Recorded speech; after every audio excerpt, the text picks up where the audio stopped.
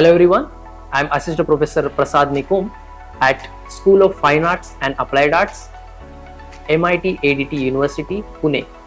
Here, I majorly teach printmaking subjects.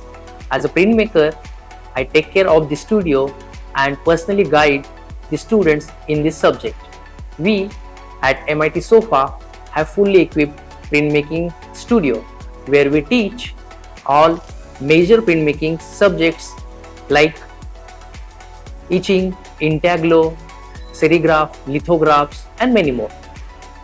With the knowledge gained here, our students are able to build strong print portfolio, and I'm really proud to say that our students take part in various national international competitions such as Print Biennale and Print Trinale.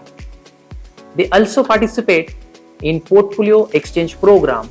We believe in giving the students the right tools, space, mentorship to grow as professionals.